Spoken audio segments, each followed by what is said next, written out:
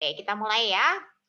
Nah, sebelum kita masuk ke materi minggu ini, kita akan review dulu 2 materi minggu depan, soalnya dia sangat terkaitan dengan materi minggu ini.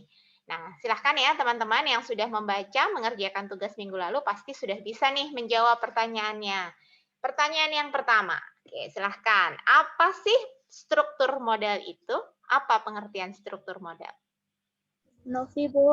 Silahkan Novi. Struktur modal adalah suatu perbandingan antara hutang jangka panjang dengan modal sendiri. Cukup, ya benar. Udah gitu aja ya. Jadi struktur modal itu adalah perbandingan antara modal jangka panjang dengan modal sendiri. Hutang jangka panjang dengan modal sendiri. Jadi kalau dalam rumusnya, Anda bisa lihat struktur modal ini adalah yang di atas itu adalah hutang jangka panjang dibagi dengan modal sendiri. Gitu ya. Jadi kalau kita lihat dalam rumus perbandingan, dia adalah hutang jangka panjang dibagi dengan modal sendiri. Hutang jangka panjang biasanya kita gunakan LTDR, long term debt. Kemudian modal sendiri biasanya equity. Nah, rasio yang kita gunakan untuk menghitung struktur modal itu bisa rasio yang namanya long term debt to equity ratio atau LTDR ya. Rasionya yang kita pakai namanya adalah rasio LTDR. Long term debt ya, LT, D-nya itu debt. Kemudian ER, equity ratio. Ini yang kita gunakan untuk menghitung struktur modal. Oke, jadi teman-teman semuanya sudah tahu ya, sekarang apa itu struktur modal? Itu perbandingan antara LT, long term, dibanding dengan equity. LTD dibanding dengan equity. Rasio. Rasio itu artinya perbandingan. Oke, terima kasih Novi. Nah, sekarang yang kedua. Jelaskan apa itu packing order theory. Ada yang masih ingat apa itu packing order theory? Bu, Niken Bu. Silahkan Niken. Packing order teori itu teori yang menyatakan bahwa perusahaan cenderung mencari sumber pendanaan yang minim resiko. Gitu. Yang mana yang minim resiko, Niken?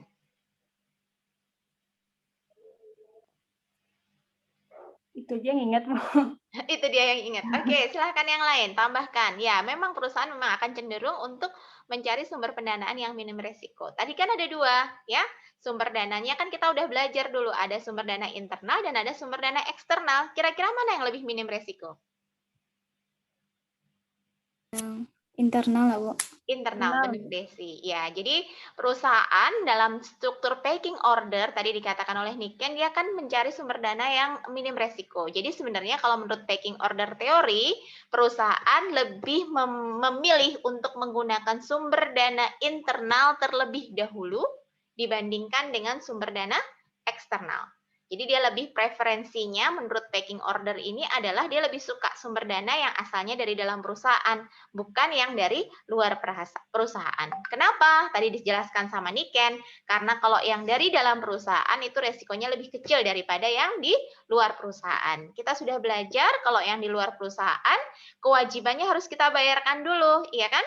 Jadi kita harus menyelesaikan kewajiban-kewajiban terlebih dahulu, kemudian baru membayar kewajiban saham preferen, baru terakhir saham biasa. Kan seperti itu.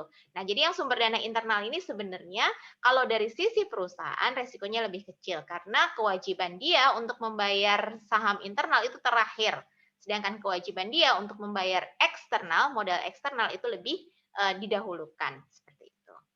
Oke, cukup jelas ya. Jadi packing order teori menjelaskan bahwa perusahaan lebih memilih sumber dana internal dibandingkan dengan sumber dana eksternal untuk mencukupi kebutuhan pendanaan perusahaannya. Gitu ya. Oke, kita masuk yang ketiga. Jelaskan trade-off teori. Ada yang tahu teori trade-off? Cici, Bu. Silahkan, Cici. Baik, trade-off teori itu menyatakan bahwa struktur modal optimal itu tercapai pada saat terjadi keseimbangan antara manfaat dan pengorbanan yang timbul akibat penggunaan utang. Penggunaan utang itu bisa berbentuk tax shield, biaya penggunaan utang adalah beban bunga utang, biaya kebangkrutan, maupun agency cost, Bu. Jadi gimana tuh Cici? Kalau trade-off, namanya saja trade-off. Kalau trade-off ini artinya dia seperti halnya pisau bermata dua. penggunaan hutang, ya, kalau kita cerita ya, penggunaan hutang itu bisa menguntungkan perusahaan. Karena apa? Masih ingat kemarin, kenapa penggunaan hutang bisa menguntungkan perusahaan? Karena kita bisa menghemat Pajak. pajak, benar sekali. Jadi penggunaan hutang itu bisa menguntungkan perusahaan karena dia bisa menghemat penggunaan pajak. Tapi, ya kan, karena tadi saya bilang pisau bermata dua ya. Jadi satu sisi kita menggunakan hutang itu bermanfaat karena pajak bisa kita hemat. Tapi penggunaan hutang yang semakin banyak ya, seperti itu, banyak akan berbahaya buat perusahaan.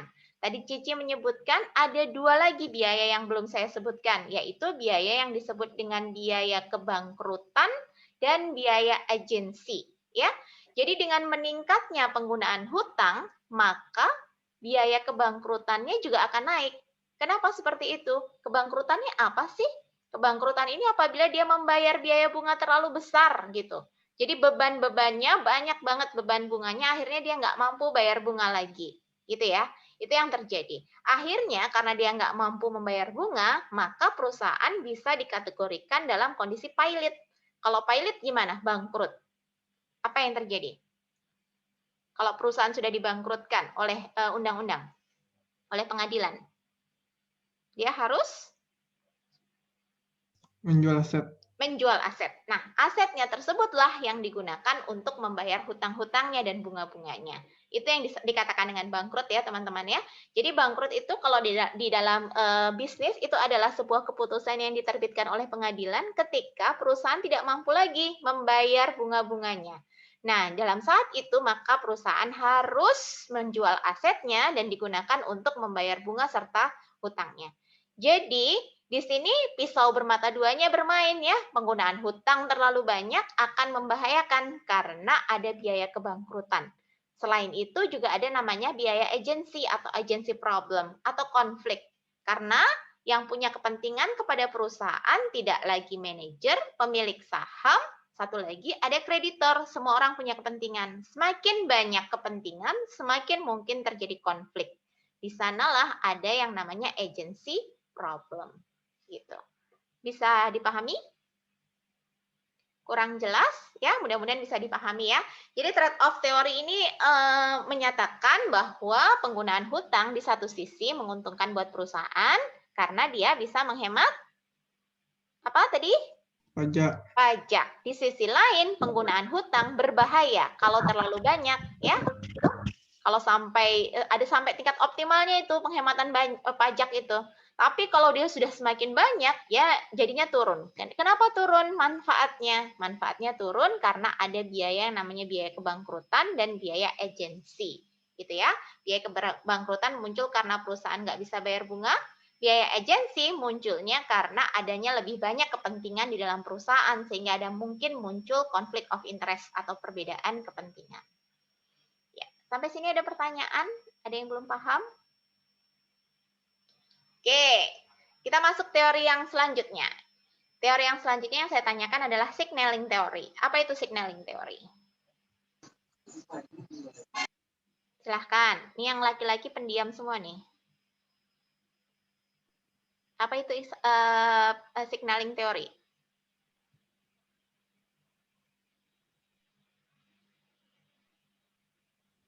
Ya, silahkan. Siapa yang mau jawab?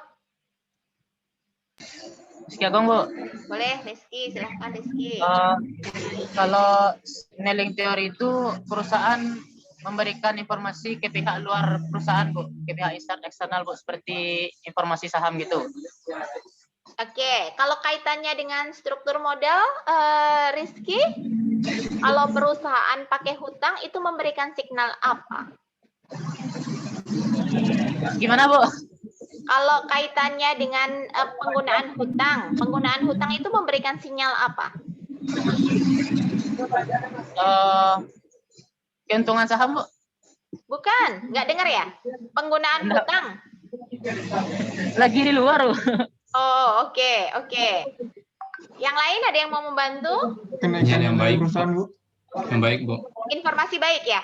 Iya, Bu. Informasi baik. Kenapa dia informasi yang baik? Karena menunjukkan bahwasannya perusahaan memiliki keuangan yang baik, Bu. perusahaan memiliki keuangan yang baik sehingga Ya. Sehingga investor atau pihak luar menilai bahwasannya perusahaan ini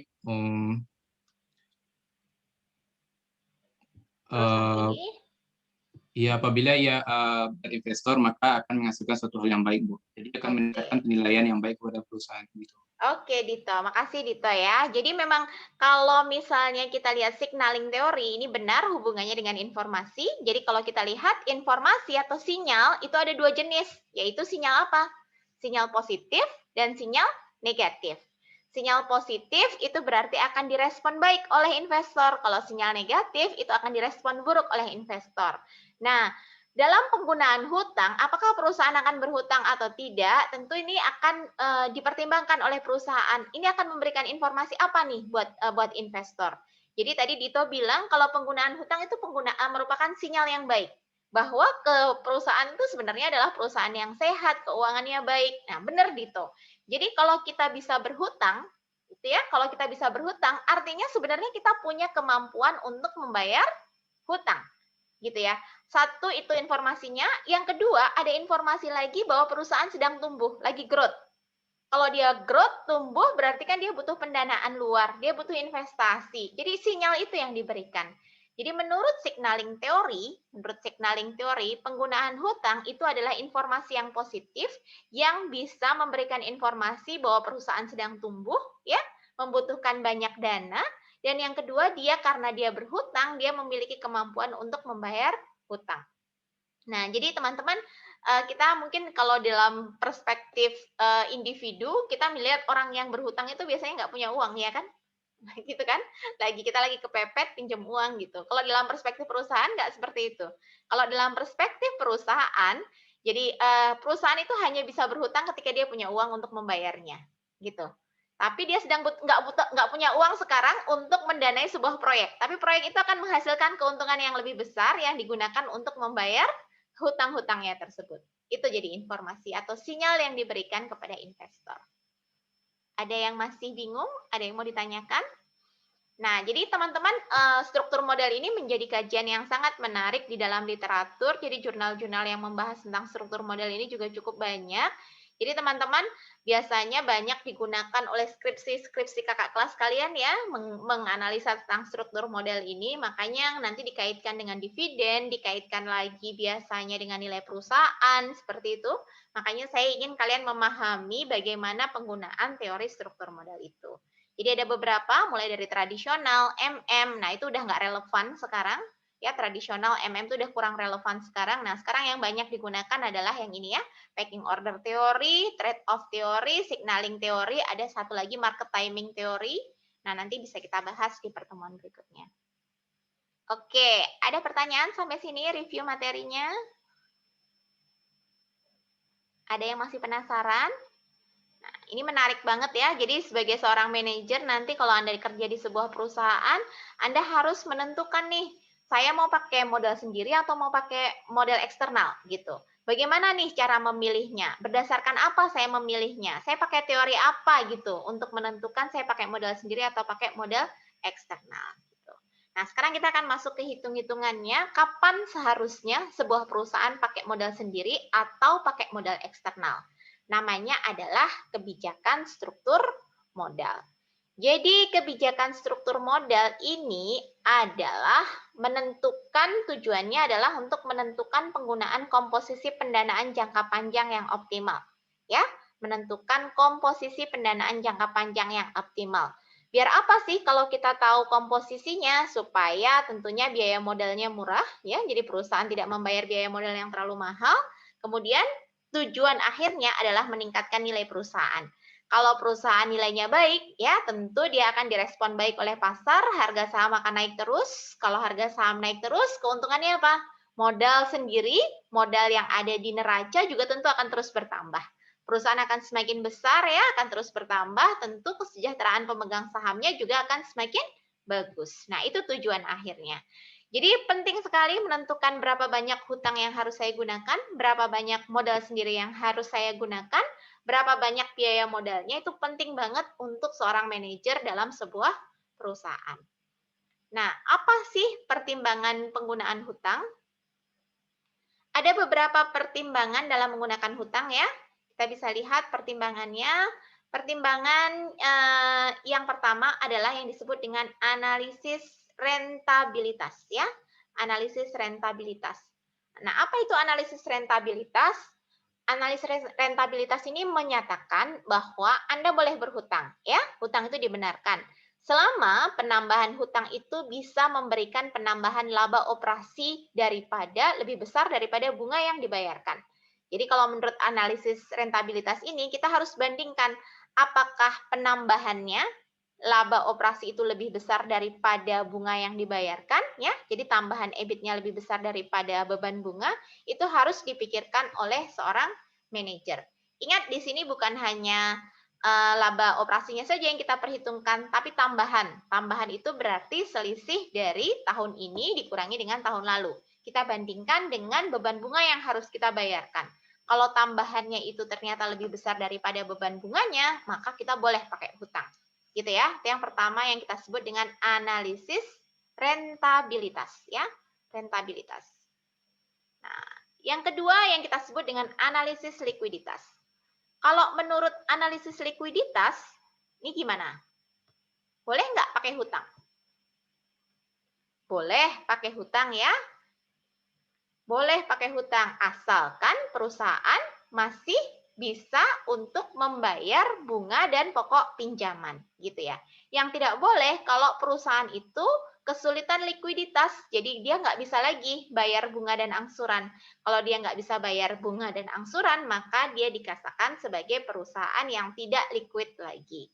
Nah, untuk menghitung apakah bagaimana analisis likuiditas ini menggunakan yang namanya debt service coverage, DSC, ya, debt service coverage. Debt service coverage ini rumusnya adalah laba operasi ditambah dengan penyusutan dibagi dengan bunga ditambah dengan sewa ditambah dengan angsuran pokok pinjaman dibagi 1 minus T, ya. T itu adalah tarif pajak. Jadi seperti ini. Kita mau tahu berapa persen sih sebenarnya debt service coverage kita ini. Kalau kita lihat di sini laba operasi tambah penyusutannya besar, yang di penyebutnya kecil DSC-nya, maka akan semakin tinggi. Semakin tinggi DSC, maka perusahaan tersebut semakin sehat, gitu ya. Semakin baik, maka semakin liquid, semakin boleh untuk menggunakan hutang, gitu. Tapi kalau semakin kecil nilainya, maka dia semakin kesulitan likuiditas. Ya, kalau dia kesulitan likuiditas, maka penggunaan hutang tidak diperbolehkan lagi oleh perusahaan. Seperti itu. Yaitu yang kedua, yang kita sebut dengan analisis likuiditas. Nah, oke, sampai sini ada pertanyaan? Kita akan masuk ke analisis selanjutnya, yaitu kapan sih hutang diperbolehkan? Hutang juga diperbolehkan menggunakan sebuah alat analisa yang akan kita laksanakan hari ini, yaitu analisa EBIT dan EPS atau indifferent analysis. Jadi beberapa buku menyatakan ini sebutannya adalah indifferent analysis. Nah, analisis EBIT EPS ini memberikan alternatif pendanaan terbaik kapan sebuah perusahaan harus pakai hutang, kapan sebuah perusahaan harus memakai modal sendiri dengan pertimbangan EPS. EPS itu apa? EPS? Ada yang ingat EPS? EPS itu singkatan dari earning per share ya. Jadi kita akan membandingkan antara EBIT dengan earning per share-nya. Earning ya. EPS itu earning itu pendapatan per share. Apa rumusnya EPS? Rumus EPS adalah harga per lembar saham. Earning itu berarti adalah laba per lembar saham dibagi dengan harga saham.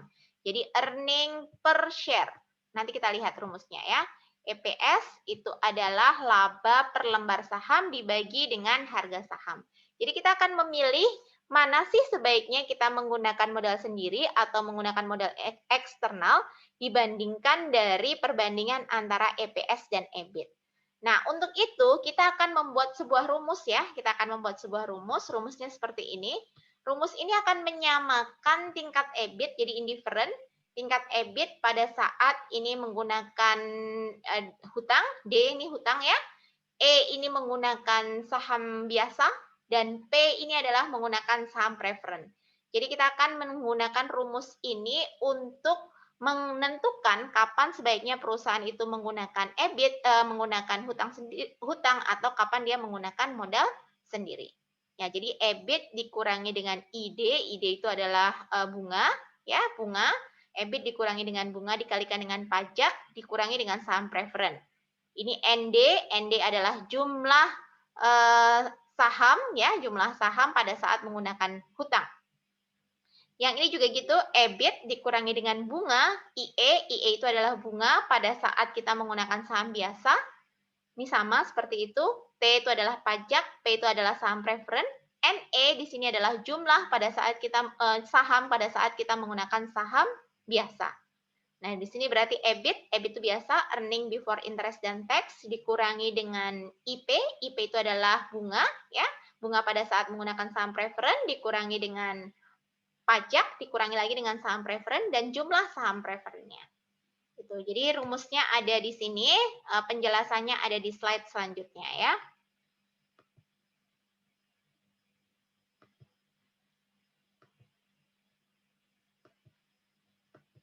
Ini penjelasannya teman-teman. EBIT adalah laba sebelum bunga dan pajak, earning before interest dan tax, P adalah dividen saham preferen, ID adalah bunga atas alternatif penggunaan hutang, IE adalah bunga atas alternatif penggunaan saham biasa, IP adalah bunga atas alternatif penggunaan saham preferen, ND jumlah saham atas alternatif hutang, NE jumlah saham atas alternatif saham biasa, dan NP adalah jumlah saham pada saat menggunakan saham preferen. Oke, sampai sini rumusnya teman-teman bisa masih ada yang bingung rumusnya? Jadi di sini kita akan membandingkan bagaimana ketika alternatif kita pakai hutang, alternatif kita pakai saham biasa, alternatif pakai saham preferen. Nah, dalam analisis ini kita akan melihat pada saat EBIT berapa sih sebenarnya kita harus pakai saham biasa. Pada saat EBIT berapa kita harus pakai hutang gitu ya. Nah, kita lihat contoh soalnya nanti akan paham.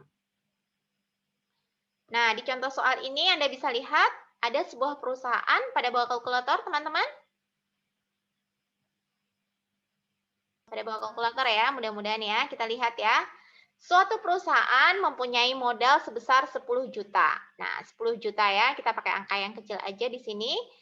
Semuanya terdiri dari modal sendiri. Perusahaan akan melakukan ekspansi dan memerlukan dana 5 juta lagi.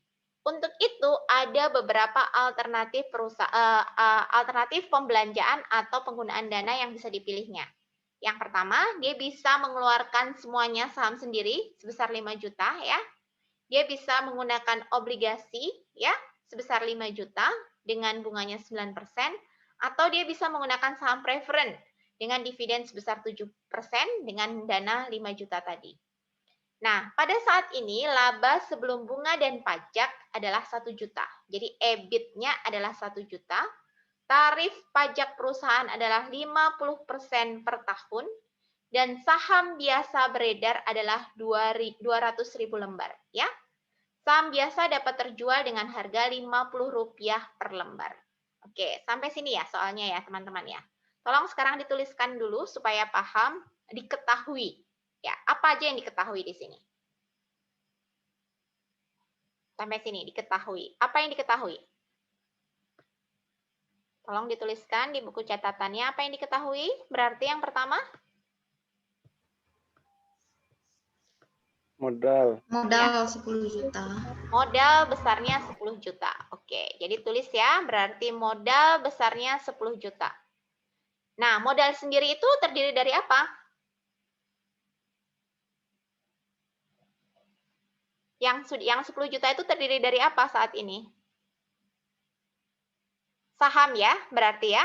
Berarti dia punya diketahui saham biasa, nilainya saat ini adalah, kalau dibilang modal sendiri berarti di sini adalah saham biasa, nilainya berapa? 10 juta. Saham biasa nilainya adalah 10 juta. Kemudian, apalagi yang diketahui? Perusahaan mau melakukan ekspansi. Dia butuh dana. Besarnya adalah 5 juta. 5 juta ini bisa dipenuhi dengan saham baru atau obligasi, ya, bunganya berapa? 9%. Jadi kalau dia obligasi, maka dia akan membayar bunga sebesar 9% dikalikan dengan berapa? 5 juta. 5 juta, karena kebutuhan dananya 5 juta ya. Dia akan membayar bunga sebesar, nih berarti I-nya adalah sebesar 9% kali 5 juta, itu ya. Kemudian kalau dia menggunakan saham preferen, ya, menggunakan saham preferen, dia akan membayar bunga enggak? Enggak, tapi dia akan membayar saham preferen, ya. Dividennya besarnya berapa? 7%. Kali berapa? 5 juta, ya, dikalikan 5 juta. Nah, saat ini apalagi yang diketahui di sini di soal? EBIT-nya, Bu. EBIT. EBIT-nya berapa? 1 juta. 1 1 juta. juta, Bu. Oke, berarti diketahui EBIT sama dengan 1 juta. EBIT sama dengan 1 juta ya. Pajak diketahui ya. Pajak adalah 50%. Nah, saham biasa saat ini adalah 200 lembar ya.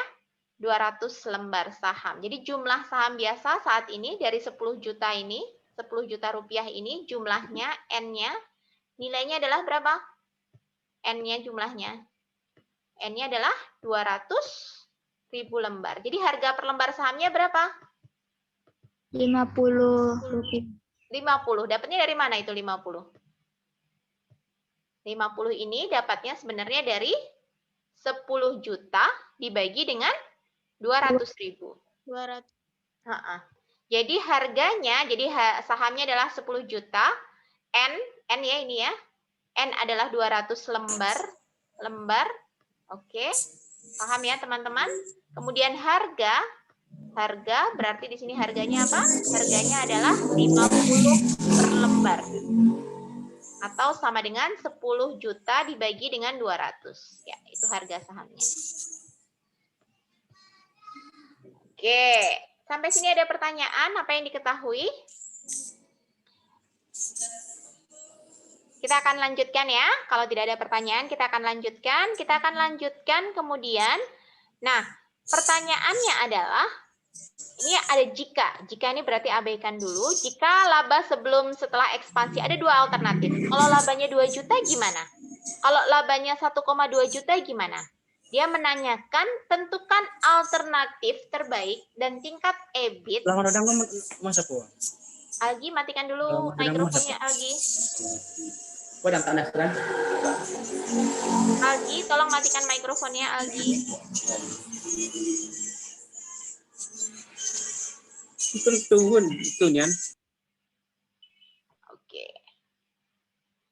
Oke ya, jadi tadi saya sampai mana? Tadi kita akan menentukan ya, tentukan alternatif terbaik. Apakah kita mau pakai saham baru, ataukah saya mau pakai obligasi, ataukah saya mau pakai saham preferen? Jika labanya itu 2 juta. Kita mulai dulu ya. Kalau labanya 2 juta, saya mau pakai mana? Saham biasa baru, obligasi, atau saham preferen? Ya, oke. Sampai sini teman-teman mudah-mudahan paham ya.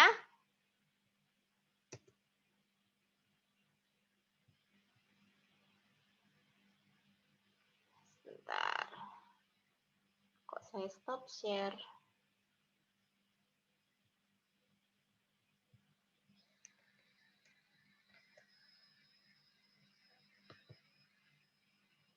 Bentar ya, ininya.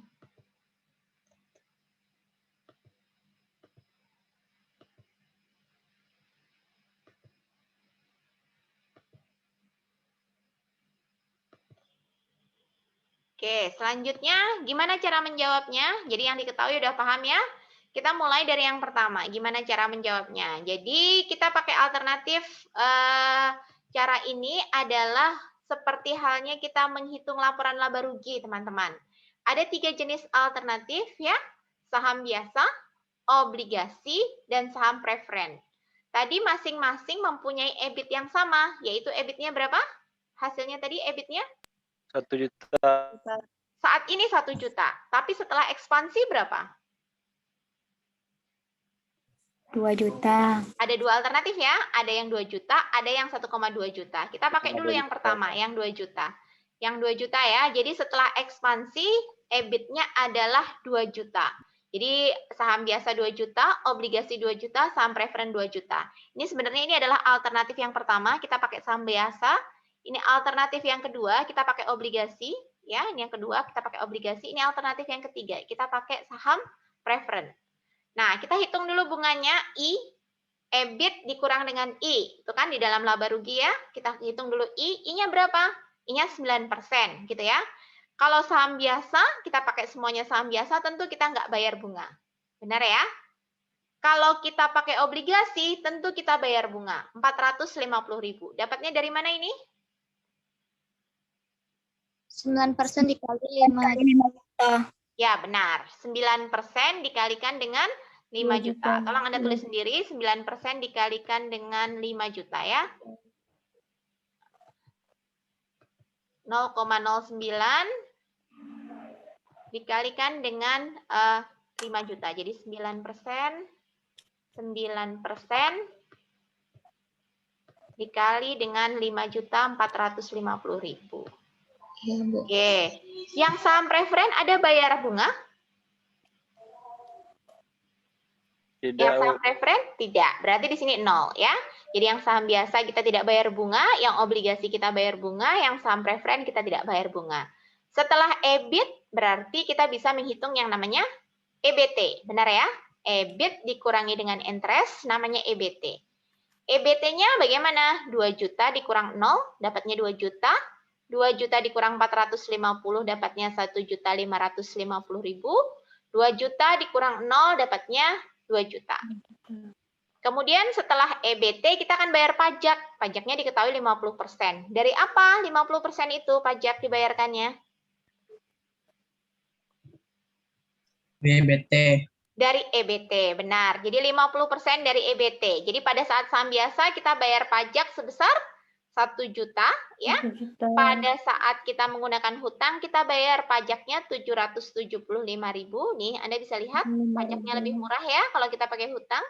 Kalau pakai saham preferen kita bayar pajaknya 1 juta. Setelah EBT kurang pajak namanya adalah EAT. EAT ini apa? Singkatannya? Laba pajak. Laba setelah pajak Earning atau earning after tax ya.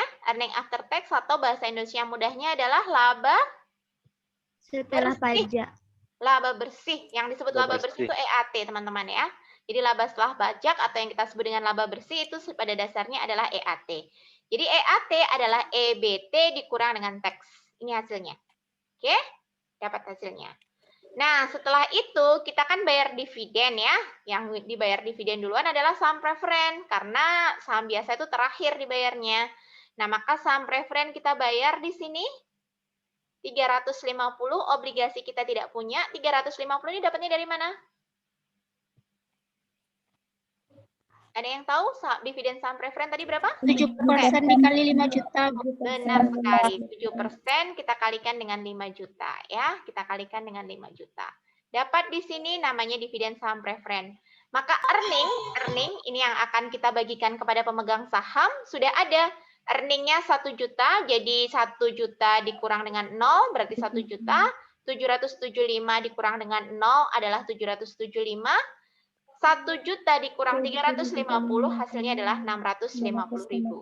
Nah, earning ini siap dibagikan kepada pemegang saham. Nah, sekarang kita bandingkan dari earning untuk menjadi EPS berarti earning per share. Earning per share berarti laba per lembar saham. Berarti kita harus membagi dengan lembar saham. Pertanyaannya adalah, berapa banyaknya lembar saham yang beredar sekarang? Nah, ini agak tricky. Sekarang berapa yang beredar, teman-teman? 200.000. 200.000. Saya tulis lembar. di sini ya. Saat ini kita punya saham beredar sebanyak 200.000 lembar. Jadi N saat ini adalah 200.000. Nah, kalau kita menggunakan pendanaan alternatif yang pertama. Alternatif yang pertama kita tadi pakai apa? Saham biasa. Saham biasa. Sebesar berapa? Kita pakai pendanaannya besarnya berapa? 5 juta. Berarti 5 juta. tambahan saham baru, tambahan saham bisa dihitung nggak? Tambahan saham beredar baru hasilnya adalah, berarti tambahan saham beredar, tambahan N, nilainya adalah 5 juta. Kita bagi dengan berapa lembar saham sih 5 juta itu? 100.000. 100.000. Dapatnya dari mana? 5 juta dibagi berapa? Harga per lembar sahamnya berapa? 50. 50 rupiah. 50. Ya kan? Jadi 5 50 juta rupiah. dibagi 50 rupiah hasilnya adalah 100.000. 100.000. 100.000. Nah, makanya Anda bisa lihat di sini. Kalau misalnya outstanding stock menggunakan alternatif yang pertama, besarnya adalah 300.000 lembar. Dapatnya dari mana ini 300.000? Ada yang tahu?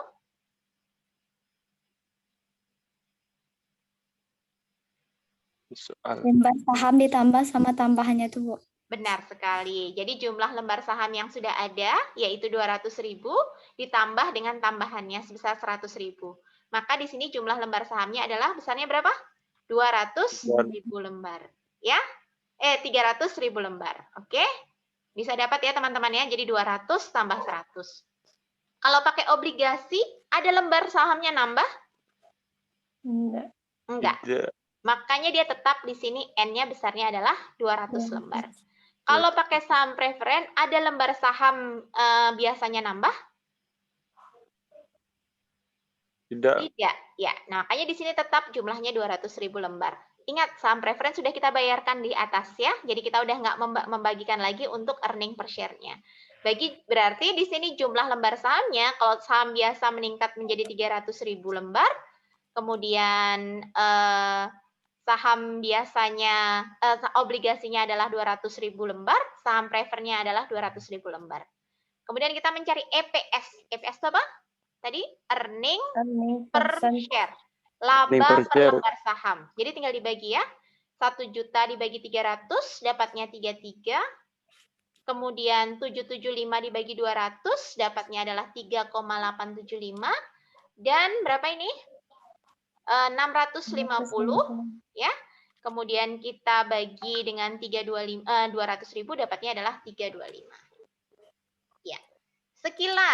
Sekilas teman-teman, kalau kita lihat di sini, kalau kita punya EBIT sebesar 2 juta, ya, EBIT sebesar 2 juta, mana alternatif yang terbaik di sini? Yang bisa membagikan laba per lembar saham yang paling tinggi? Pakai saham biasa, pakai obligasi, atau pakai saham preferen?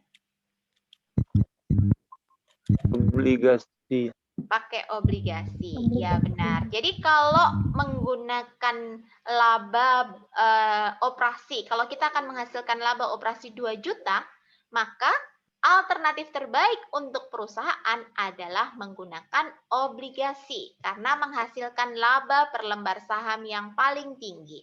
Nah, ini yang kita sebut dengan kesejahteraan pemegang saham. Jadi pemegang sahamnya bahagia ya, dia bisa dapat laba pemegang saham yang paling tinggi jika menggunakan obligasi. Kalau labanya berapa? 2 juta. Nah, sekarang kalau labanya 1,2 juta sama nggak kira-kira?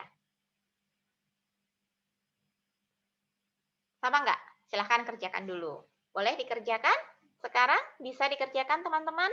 Atau nanti buat PR? Buat PR aja ya, biar nggak menghabiskan kuota. Jadi silahkan nanti dikerjakan kalau 1,2. Ya, labanya itu 1,2. Tadi kan pertanyaannya ada 2 kan? Kalau labanya 2 juta, maka apa alternatif terbaik? Alternatif terbaik adalah menggunakan obligasi. Kalau yang di sini ditanyakan, kalau labanya adalah 1,2 juta, apa alternatif terbaiknya? Oke, kayak gitu ya. Itu yang harus nanti Anda kerjakan. Udah dijawab belum? Jangan-jangan udah. Oh, belum dijawab. Oke.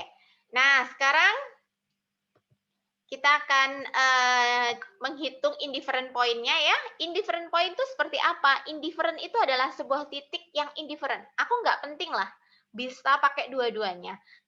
either I choose debt or common stock gitu. Apakah saya mau memilih either hutang atau saham biasa, maka akan menghasilkan hasil yang sama gitu ya. Nah, caranya kita menggunakan rumus yang tadi. Kita menggunakan rumus yang tadi, rumus yang kita panjang tadi, jadi EBIT dikurangi dengan I, ya, I. Ini berarti alternatif hutang ya. Alternatif hutang tadi I-nya adalah 450.000, masih ingat ya? Masih ingat kan tadi? Dikurangi dengan pajak, dikurangi dengan saham preferen, dibagi dengan 200. 200 ini jumlah saham, jumlah lembar saham ketika kita menggunakan alternatif hutang. Dengan saham biasa. Kalau saham biasa berarti EBIT, ya kan? EBIT dikurang dengan 0 karena kita nggak pakai bunga. Dikurang dengan pajak, NE. NE-nya berapa di sini berarti? Yang harus kita isi kalau kita pakai saham biasa tadi NE-nya.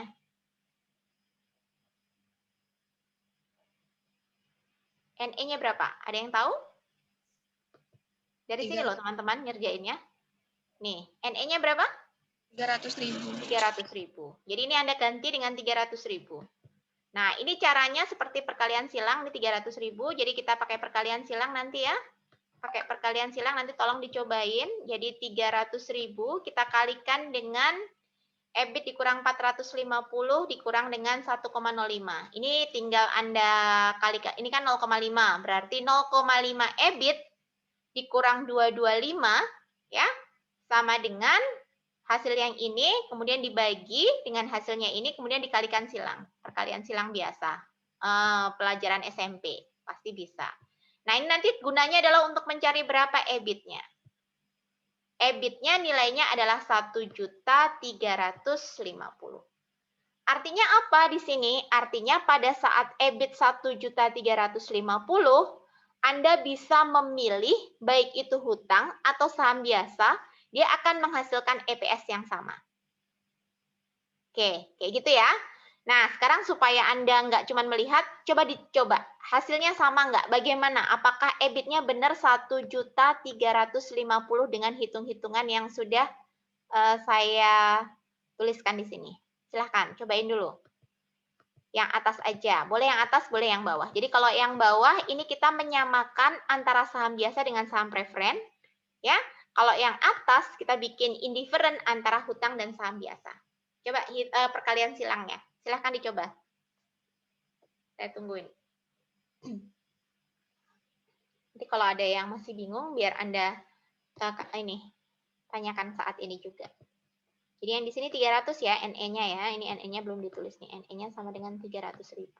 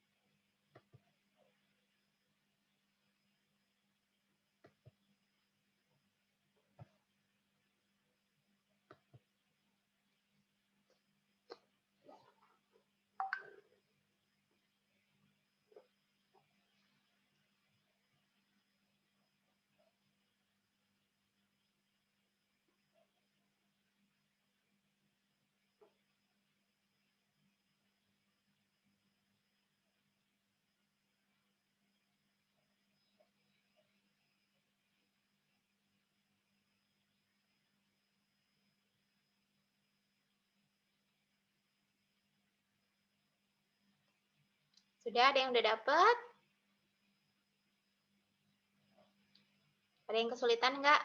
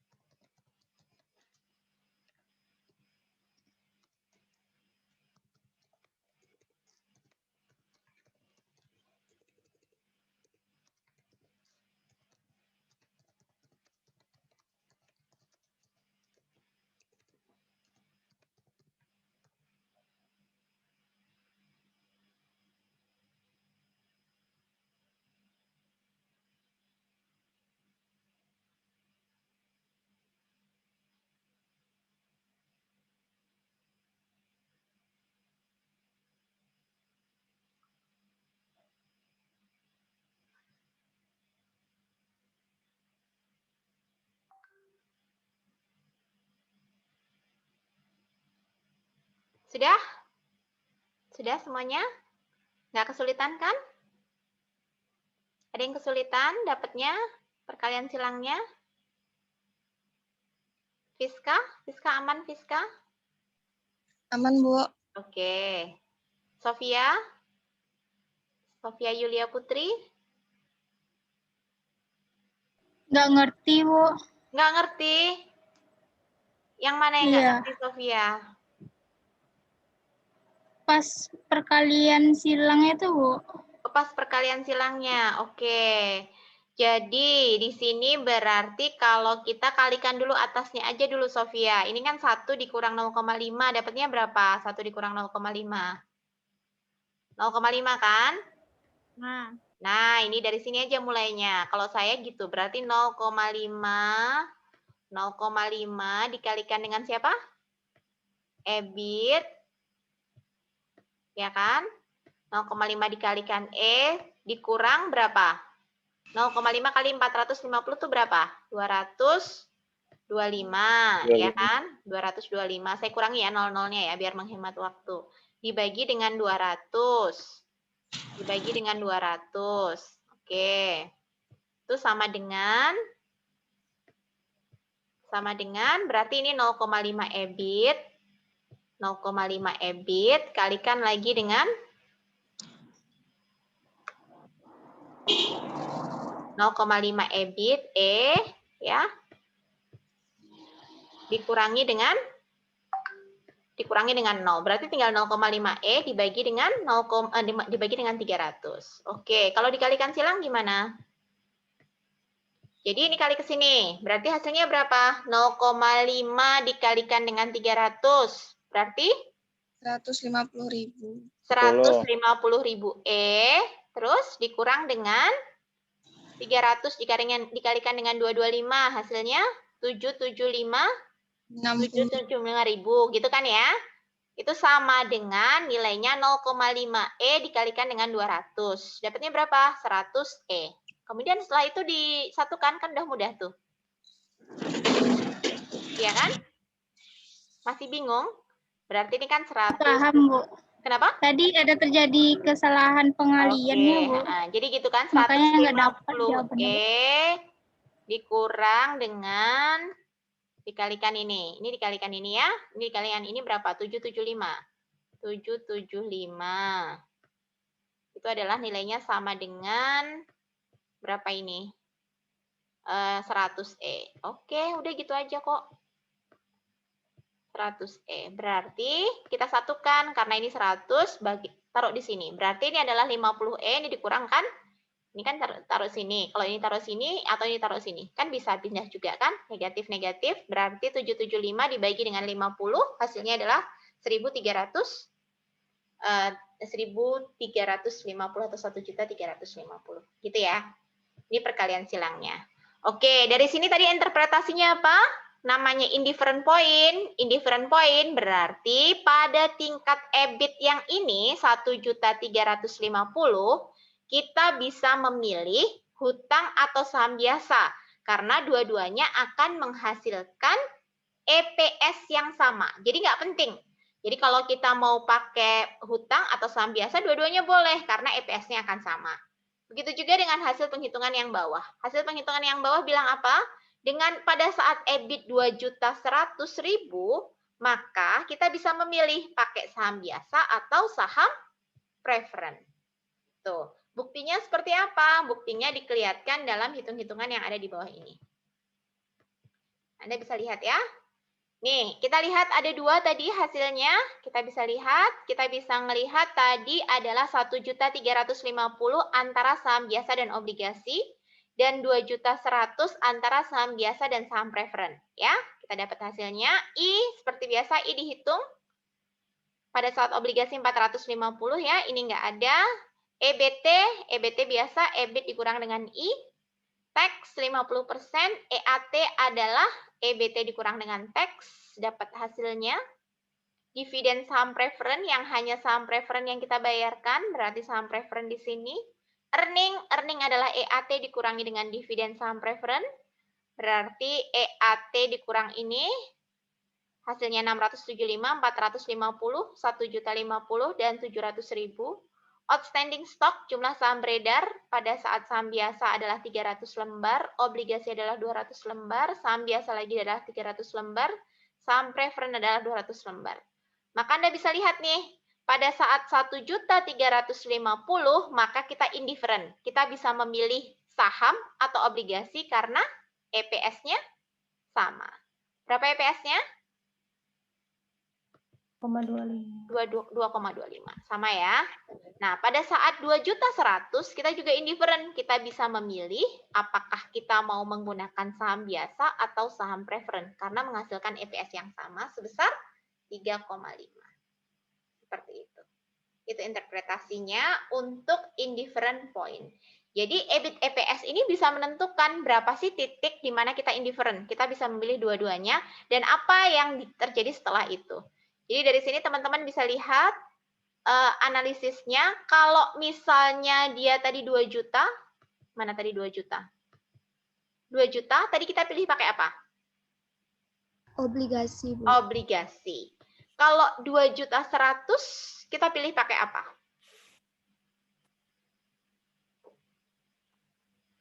Saham biasa. Saham biasa atau obligasi? Mana yang lebih tinggi?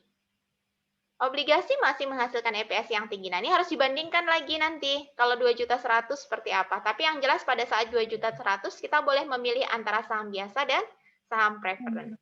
Kayak gitu ya. Nah, gitu. Jadi hasil EPS ini menunjukkan pada saat 2 juta, maka kebijakan pendanaan yang paling tepat adalah menggunakan obligasi karena menghasilkan EPS yang lebih tinggi. Jika EBIT yang dihasilkan adalah 1,2 juta, kebijakan apa yang bisa menghasilkan EPS yang paling tinggi? Nah, ini yang harus Anda lakukan PR di sana ya. Nah, dari sini kita bisa lihat, jadi kalau misalnya dia di bawah 1.350.000, maka kita bisa boleh memilih antara saham biasa dan obligasi gitu. Nah, tapi tadi kalau misalnya di atas 2 juta, kita bisa memilih hanya menggunakan obligasi saja ya. Karena menghasilkan EPS yang paling tinggi. Sampai sini teman-teman ada pertanyaan? Ada pertanyaan? Cukup jelas? Bu, Ya, silahkan. Bu Dila mau nanya. Boleh, Tadi silahkan. yang di outstanding stock yang 100.000-nya itu dari mana datangnya, Bu? 100.000 dapatnya dari mana? Oke, ada yang masih ingat dari mana tadi 100.000 tadi? Dari 5 juta dibagi 50. 5 juta itu apa? Dana ekspansi. Dana ekspansi. Kita butuh uang lagi 5 juta.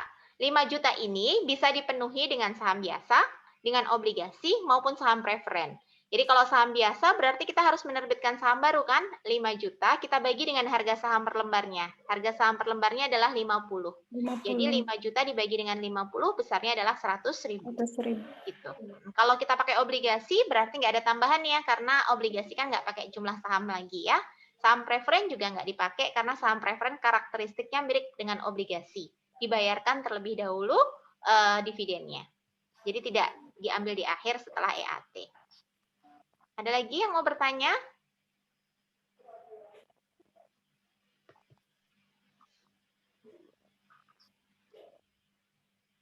Ada lagi yang mau bertanya?